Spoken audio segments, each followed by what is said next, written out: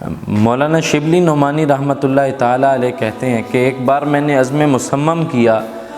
کہ جب تک کسی چیز کی تفتیش نہیں کر لوں گا کہ یہ حلال ہے یا حرام ہے، اس چیز کو نہیں کھاؤں گا۔ ایک مرتبہ جنگل میں نکل گئے اور ایک درخت کے اوپر دیکھا بہت ہی اچھے اور عمدہ قسم کے انجیر لگے ہوئے ہیں۔ چنانچہ جب شبلی نعمانی رحمۃ اللہ تعالیٰ علیہ نے اپنا ہاتھ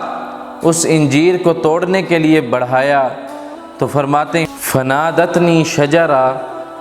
احفظ علیک عقدک لا تأکل منی فإنی لیہودی، اے شبلی اپنے عہد کا پاس رکھ، اپنے وعدے کی پاسداری کر، بے شک میں یہودی کی ملکیت میں ہوں۔ تو جناب والا دیکھیں آج ہمارا حصول یہ بن گیا ہے کہ پیسے آئیں جیسے آئیں، ہم یہ خیال ہی نہیں کرتے